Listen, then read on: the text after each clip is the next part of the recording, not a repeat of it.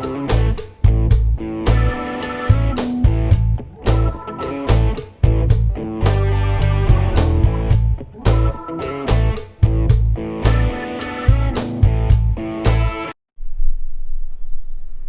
everybody, NC Crimson Glide here, also known by some as Bill. Just wanted to get started on this rebuild. This will be part one of the series. Guys, please comment, like, subscribe, and put some comments down below. Let me know if you have any questions or any thoughts in the process, things to look out for. But we're going to get started here, and let's enjoy it. So for part one, we're going to tear down the fairing, take off the front air duct, and see what we got broke inside.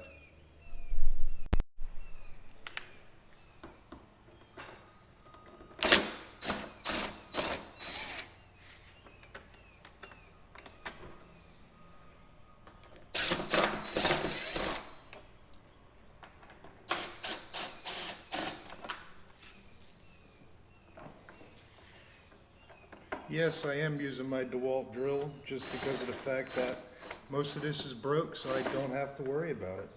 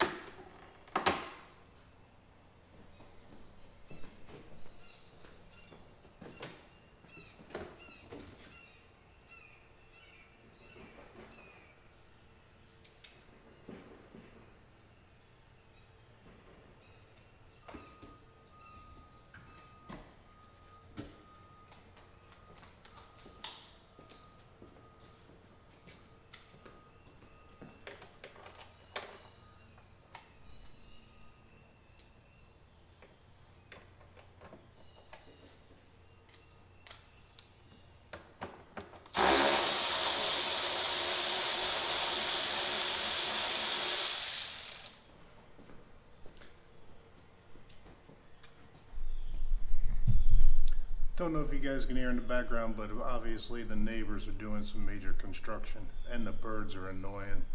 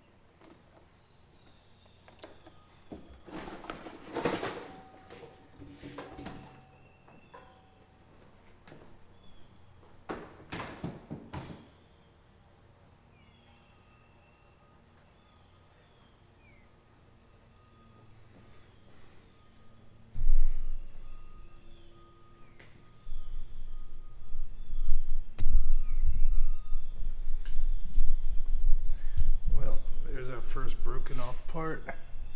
Just decided to come out. So speaker box definitely damaged. Air duct is broke as well. So we'll get that stuff off next.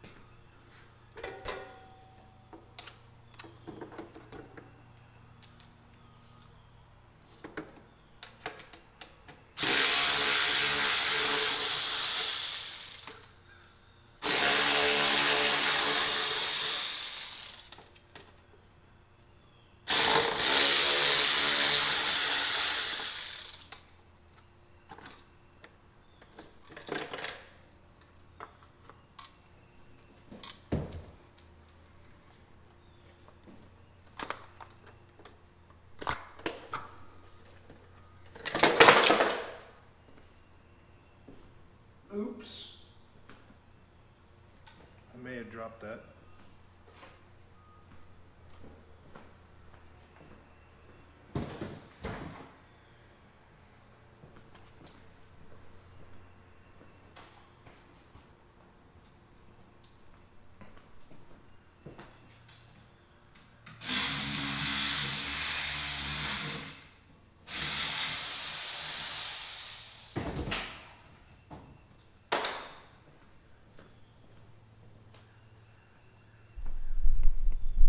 So guys, so far what we have, we'll do an overall afterwards.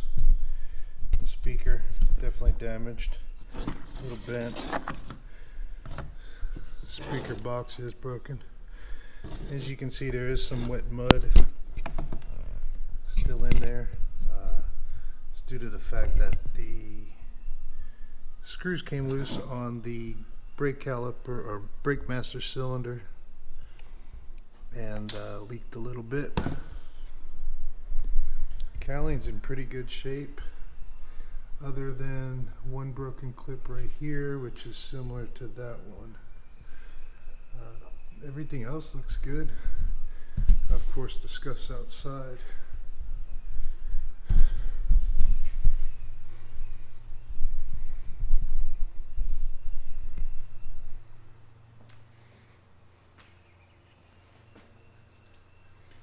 No damage to the wires.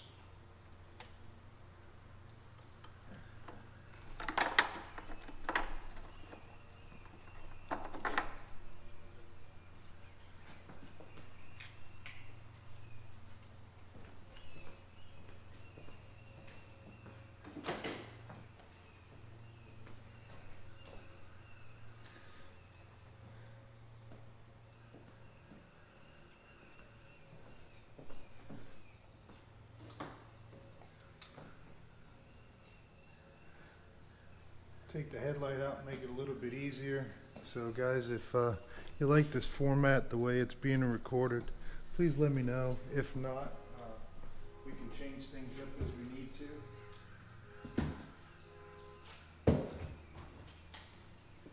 Sorry, I'm off camera. Sorry, I'm off camera. Just trying to get tools and parts. I didn't lay anything out on this episode. So we're going to take out this headlight.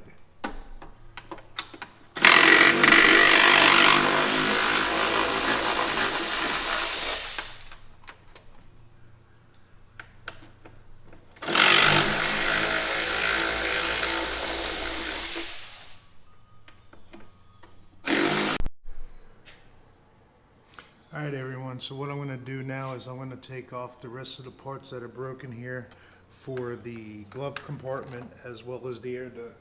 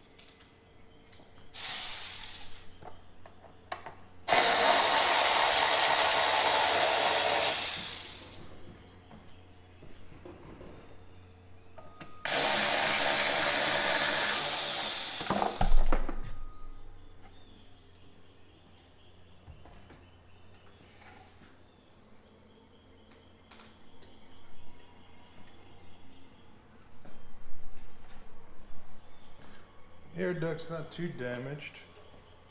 Got some scuffs on it. But this end of it right here does have some chewed up part of it spread apart right there. We'll go over all of these in detail later.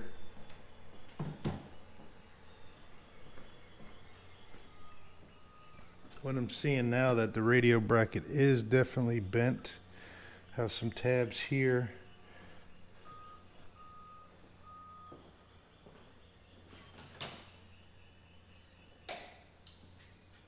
As well as the plate itself.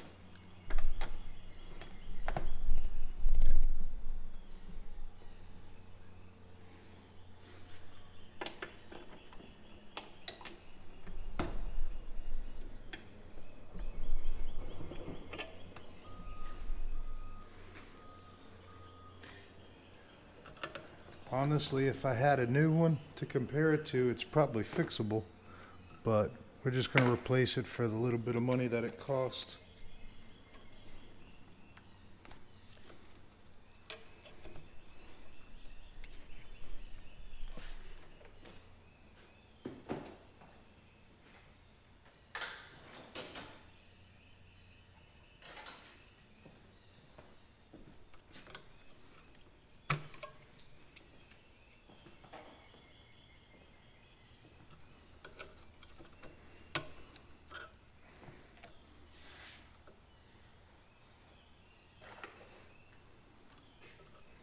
There are a few things I will have to clip.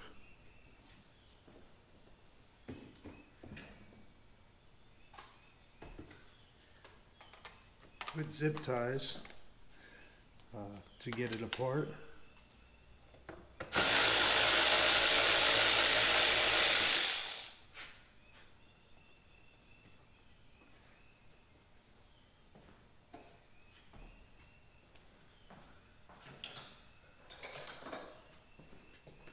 One is definitely for the or for the HMI cable, USB cable. That's the word.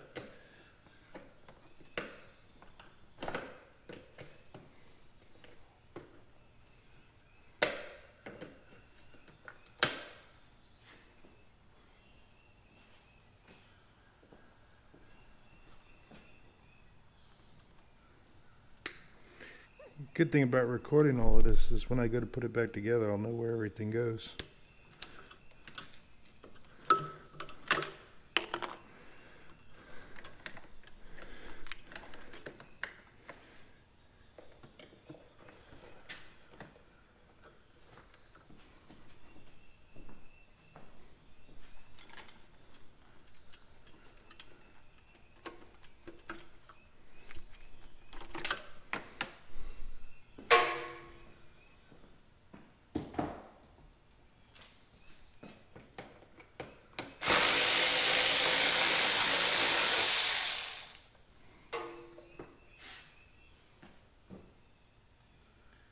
It does feel funny to take off some of these broken parts.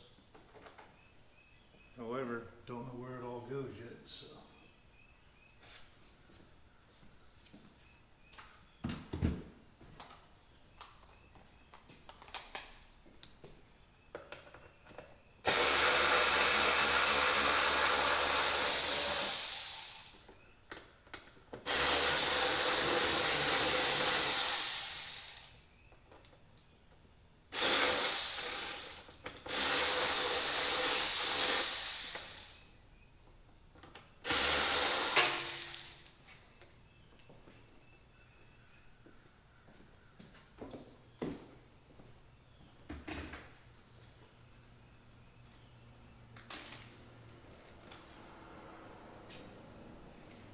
Alright guys, I'm going to pause here again for a little bit.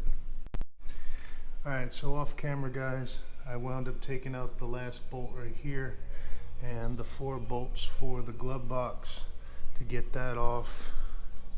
Just looking around, there's not much other damage.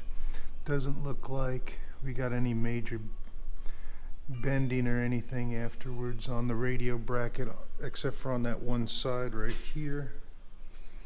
But everything else looks straight. These tabs are a little bent. I'll see if we can just straighten these, but I'm probably just going to buy a new radio mount. So I'm going to work on the same thing on this side here so we can get this all apart.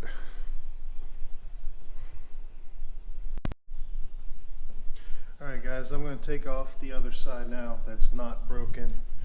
All the parts, all the pieces. Still going to put everything up in the baggies, and I have Amanda in the background helping me out now putting the stuff in baggies so I can keep track of it. Probably not going to record this since it's the same as the other side. So guys, here's the outer fairing off the bike.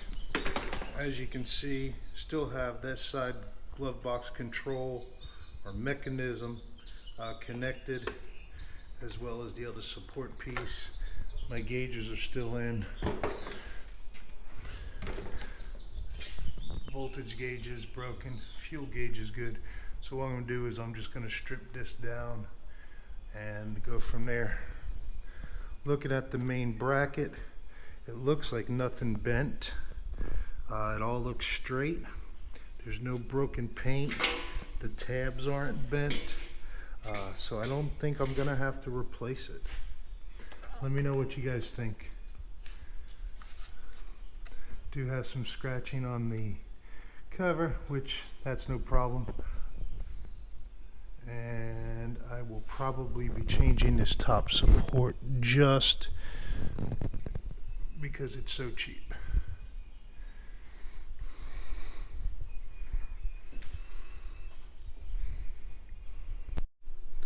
Alright guys, so got the main fuse right here in my hand. Bike is stripped down. What we're going to do is we're going to see if the bike will actually start. Put the main fuse back in. There's a good sign. Turn the key on. Well, we got lights and power. Heard the fuel pump cycle. No start feature. So somewhere in that control harness, it tells you that you're not connected and it will not let you start. Well, now we know. I'm going to shut it back off. Going to take the main fuse out, avoid any problems. But we look good. Next we're going to take off the fender supports. We'll take off the front fender. We'll go through a few more pieces, find stuff that's scuffed up. Definitely going to change the covers here, crash bar. First look at the tank. Got a dent right here, scratches from the fairing, dent right there, dent right there. I'll ask the paintless dent repair guy, see what it costs to fix it versus getting somebody to do the tank. Well folks, thank you for staying with me throughout the video. Please like, comment, and subscribe, and we will work on part 2. Have a good one.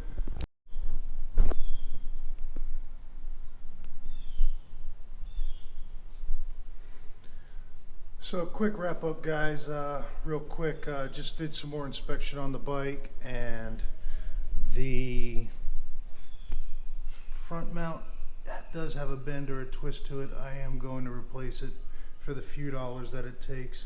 I'm going to replace that. I'm going to replace the radio mount, which is bent up bad, the lower support bar. But guys, in the next video I will do a breakdown of all the parts that are bad.